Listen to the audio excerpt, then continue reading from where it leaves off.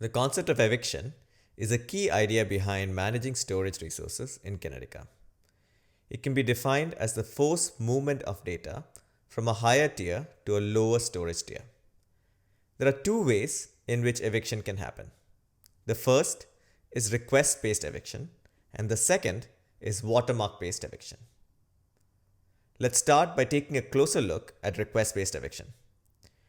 When a user makes a request, Kinetica needs to find the space in the different tiers to fulfill it. If there is sufficient space, then memory is allocated to service that request. If on the other hand, there isn't enough space, then the next question is whether this space can be created by evicting objects from the tiers that don't have enough space to service a request. If the answer to the second question is no, that is, the system cannot create enough space to service a user's request, then this request will fail. And if the answer is yes, then the system will start evicting objects from the space constrained tiers based on each data object's eviction priorities. Before we go further, let's take a closer look at eviction priority. Eviction priority is a priority level of a data object that determines the likelihood of it being evicted from a tier. Low priority data are always evicted before high priority data. The priority level of objects ranges from 1 to 10 within each tier, with 1 being the lowest priority object that is most likely to be evicted, and 10 the highest and never to be evicted object. Eviction priorities are specific to a tier, so the same data object could have different priorities for different tiers. So to summarize, request-based eviction is the process by which Kinetica creates space within tiers to handle user requests. This space is created by evicting objects from the different storage tiers based on their eviction priorities. But there is one issue with relying solely on request-based eviction. When the system is close to full capacity, each user request will trigger an eviction process due to a lack of space, leading to large amounts of data movement, which comes at the cost of performance. This is where watermark-based eviction comes in. Imagine that this is a storage tier.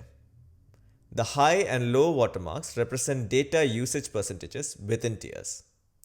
When the usage crosses the high watermark, it triggers an eviction process starting from the lowest priority data to the highest until the usage drops below the low watermark.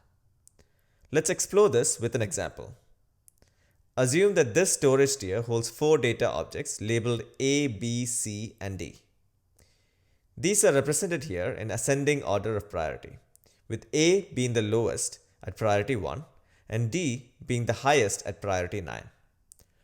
As you can see, the usage in this tier is almost close to its high watermark. Now assume that a new data object E is moved into this tier. This breaches the high watermark. As a result, the system starts evicting objects starting from the lowest to the highest priority data until the usage is below the low watermark, leaving behind just the new data object E and the old high priority object D. Now let's discuss a few points before ending this video.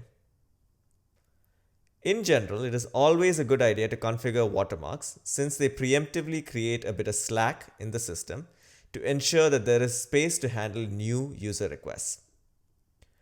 Another point to note is that in the case of the VRAM tier, objects with an eviction priority of 1 will be evicted immediately after use.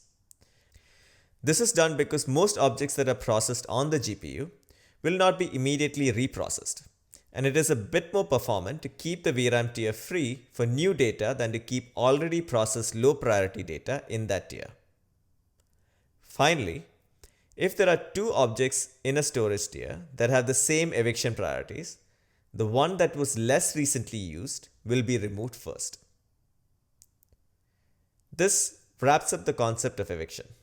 To recap, in this video we discussed 2 ways in which Kinetica manages storage resources: request-based eviction and watermark-based eviction.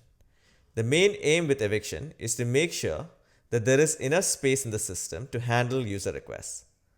In the coming videos, we will further explore and understand the upward and downward movement of data across the various tiers, followed by learning about how to assign eviction priorities to data objects using tier strategies.